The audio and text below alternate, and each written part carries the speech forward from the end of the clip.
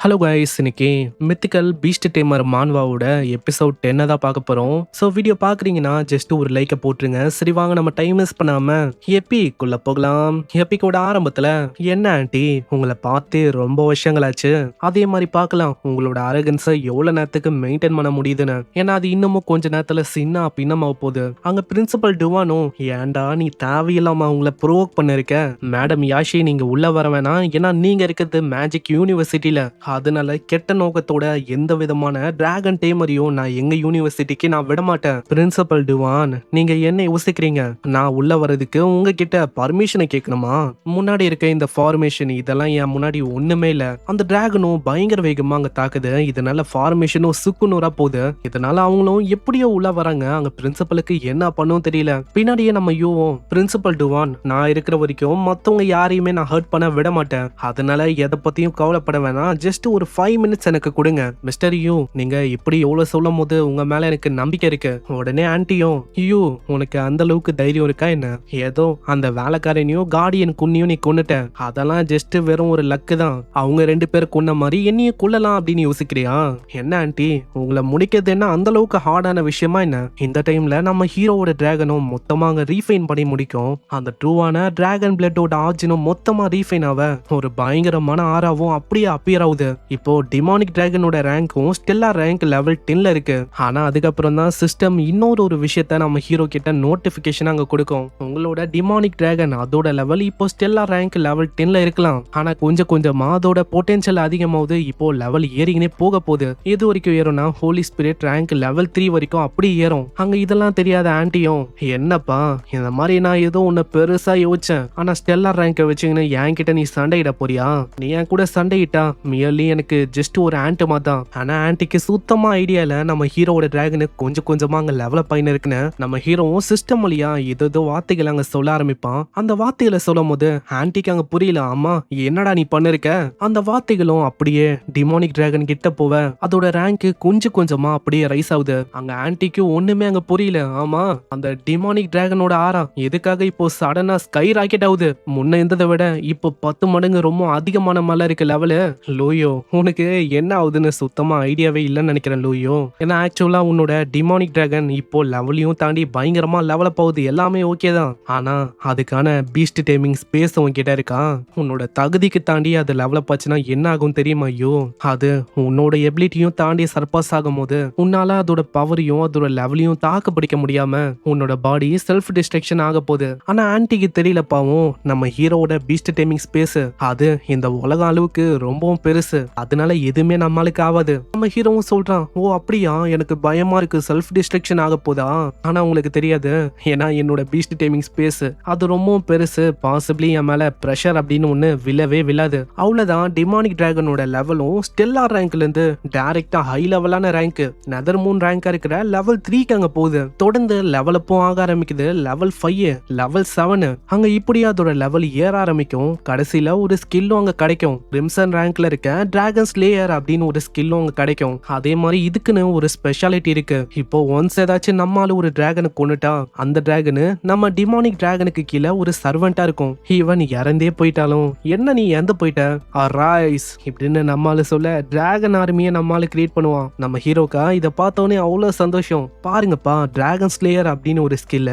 அதுக்கப்புறம் demonic dragon மூலமா எந்த டிராகன் அழிஞ்சு போதோ அது நம்ம டிமானிக் டிராகனுக்கு ஒரு சர்வெண்டா இருக்குமா? பரவாயில்லப்பா, இது உண்மையிலேயே நல்லா இருக்கு. நம்ம ஹீரோ மேல என்னன்னு தெரியல, சடனா ரொம்ப ஆர்வம் அதிகரிக்குது. அதனால அங்க புரியுது ஆன்ட்டிக்கும், இதுக்கு மேலேயும் இங்க இருந்தா அவ்வளவுதான், வச்சு செஞ்சு விட்டுருவான். நான் யோசிச்சு பார்க்கல இந்த இவன் இந்த அளவுக்கு ஸ்ட்ராங்கா இருப்பான்னு. சீக்கிரம் இந்த இடத்தை விட்டு நம்ம இப்பயே தப்பிக்கணும், ஓடு. அங்க ஆன்ட்டி தப்பிச்சு போலாம் அப்படின்னு ட்ரை பண்ணுவாங்க. ஆமா, என்ன அவ்வளவு அவசரம் ஆன்ட்டி, தப்பிக்கலாம் ட்ரை பண்றீங்களோ? ரொம்பவும் லேட் ஆயிடுச்சு. நம்ம அவனோட டிராகன் கிட்ட வெறும் ஒரே ஒரு ஆர்டர் ஒண்டி தான் கொடுப்பான். அங்க தப்பிச்சு போற அந்த டிராகனோட விங்ஸ்லயே அங்க அட்டாக் பண்ணும். இதனால அந்த டிராகனோட விங்ஸும் அப்படியே பிஞ்சிக்கும். இதை பாக்குற ஆன்ட்டிக்கும் பயமாவுது. ஸ்டாப் பண்ணு. எதுக்காக நான் ஸ்டாப் பண்ணணும்? வேணாம், உனக்கு என்ன வேணும்? என்னவா இருந்தாலும் நான் தர தயாரா இருக்கேன், ஜஸ்ட் கேளு. என்ன வேணுமா? எனக்கு அந்த மாதிரி எதுவும் வேணாப்பா. நான் என்னாலே எல்லாத்தையுமே வாங்க முடியும், என்னாலே எல்லாத்தையுமே பண்ண முடியும். அப்படி இருக்கும் போது எனக்கு எந்த விதமான விஷயமும் வேணாம். இப்போ எனக்கு ரிவெஞ்ச் வேணும், அதை நான் பண்ணவா? டிராகனு ஆன்ட்டியை தாக்குற மாதிரி வரும். ஆன்ட்டிக்கு சுத்தமா இல்ல. ஆனா டிமானிக் டிராகன் ஃபர்ஸ்ட் ஏத்தோனே அங்க இருக்கிற டிராகனை மொத்தமா முடிக்குது. இதனால அந்த இடமே ரத்த வெள்ளமா இருக்கும். ஆன்ட்டியும் கத்துறாங்க, ஐயோ என் டிராகனு. அந்த டிராகனும் மொத்தமா அழிஞ்சு போனோனே ஆன்ட்டியோட பீஸ்ட் டேமிங் ஸ்பேஸ் அதுவும் மொத்தமா ஷேட்டர் ஆகுது. என்ன ஆச்சு ஆன்ட்டி? இல்ல ஆன்ட்டின்னு கூப்பிட கூட உங்களுக்கு தகுதி இல்ல யாஷி. உங்களுக்கு இப்பதான் தெரியும் பீஸ்ட் டேமிங் ஸ்பேஸோ இல்ல அவிக்னிங்கோ பண்ணாம இருந்தா எப்படி ஃபீல் ஆகும்னு. ஏன்னா இதுக்கப்புறமும் நீங்க ஒன்னுத்துக்கும் உதவாத ஒரு யூஸ்லெஸ்ஸான பர்சன் மாதிரி தான் இருக்க போறீங்க. ஆன்ட்டியோட டிராகன் இப்போ இறந்து போயிருக்கும்ல, ஆனா நம்ம ஹீரோவோட டிராகன் கிட்ட ஒரு ஸ்கில் இருக்கும். டிமானிக் டிராகன் கொல்ற ஒரு டிராகனும் உயிரோட வந்துரும், அதுவும் ஒரு சர்வெண்டா. அதே மாதிரி தான் இப்பயும் ஆகுது. அரைஸ் அப்படின்னு சொல்ல அவ்வளவுதான், அந்த இடத்துல டிராகனும் அப்பியர் ஆகுது. அங்க அதை பாக்குற ஆன்ட்டிக்கு அவ்வளவு சந்தோஷம். பிளாக் டிராகனு நல்ல வேலை சாகல, நானும் என்னவோ ஏதோன்னு பயந்தே போயிட்டேன் தெரியுமா. வா வா, நீ உயிரோட இருக்கனா நம்ம சீக்கிரமா கான்டாக்ட போட்டுக்கலாம். ஆனா இதை கேட்கிற அந்த சொந்த டிராகனும் வயிற்றுலயே அங்க தாக்குது. அங்க ஆன்ட்டிக்கு புரியல, என்னடா இது சொந்த டிராகனை இப்படி அட்டாக் பண்ணுது அப்படின்னு தான் யோசிப்பாங்க. அவங்க லெவலப் பண்ண ரேங்க்ஸ் எல்லாமே கம்மி ஆகுது. என்ன ஆச்சு ஆன்ட்டி? ஒண்ணுமே புரியலையோ? ரேங்க் எல்லாம் குறைஞ்சு போயிடுச்சு. நீங்க டீம் பண்ண அந்த டிராகனை அது உங்களையே தாக்குது, அதெல்லாம் ஏன் அப்படின்னு தெரியலையோ? அது ஏன்னா இப்போ அது ஒன்னும் உங்களோட பீஸ்ட் இல்ல, ஏன்னா அது என்னோட டிமானிக் டிராகனுக்கு ஒரு சர்வெண்டா இருக்கு. அங்க அதுக்கேத்த மாதிரியே அதுவும் அப்படியே மண்டிடும். இந்த சைடு டீச்சர் சாங் ரொம்ப ஷாக் ஆகுறாங்க. மிஸ்டர் யூ அவரு உண்மையிலேயே மாசு, நான் அவ்வளவு பெரிய பிளாக் டிராகனை ஒரு சர்வெண்டா மாத்திட்டாரு. அவரோட ஸ்ட்ரென்த் அது உண்மையிலேயே அன்மெஷரபிளா இருக்கு. பின்னாடியே பிரின்சிபல் டுவானோ வந்துட்டு, மேடம் யாஷிய இதுக்கப்புறமும் ஒரு பீஸ்ட் டேமரா இல்லாம நீங்க பண்ணிட்டீங்க. இதுக்கப்புறம் மேடம் யாஷிய என்ன பண்ணலாம் நீங்க பிளான் பண்ணிருக்கீங்க? அங்க ஏதாச்சும் சொல்லலான்னு வரதுக்குள்ள அந்த கசின் பையனுக்கு பயங்கரமா கடுப்பாவுது. ஆளு ஓடி வரான். எங்க அம்மாவே கொல்ல பாக்குறல, ஃபர்ஸ்ட் உன்னை முடிக்கிறேன். நம்ம யூவோட பிசிக்கல் ஸ்ட்ரென்த் ரொம்ப அதிகமா இருக்கும், அது தெரியாம ஆளு வரான். வாயிலே ஒரு அடி. வாய மூறியா?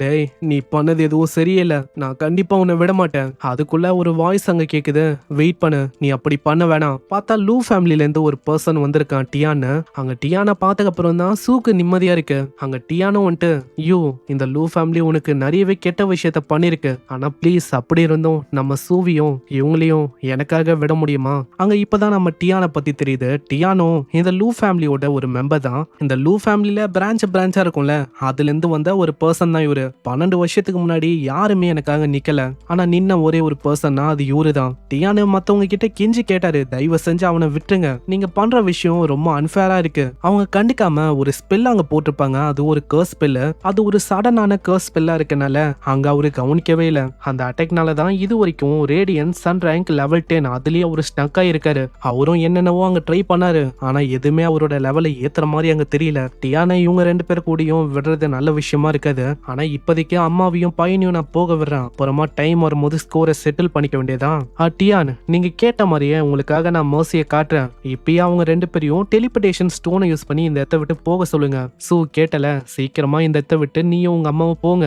லூயோ நான் கண்டிப்பா ஒரு நாள் திரும்ப வருவேன், என்னை இந்த அளவுக்கு எல்லாரும் முன்னாடியும் ஹிமிலேட் பண்ணல, இத 10 மடங்கு நான் கொடுக்காம விட மாட்டேன், அது வரைக்கும் ஜஸ்ட் வெயிட் பண்ணு. ஆனா நம்ம ஹீரோக்கா அதை பத்திலாம் அங்க கவலையே இல்ல. இதுக்கப்புறம் டெலிபோர்டேஷன் ஸ்டோனை வச்சு அவங்க 2 பேருமே டெலிபோர்ட் ஆகுறாங்க.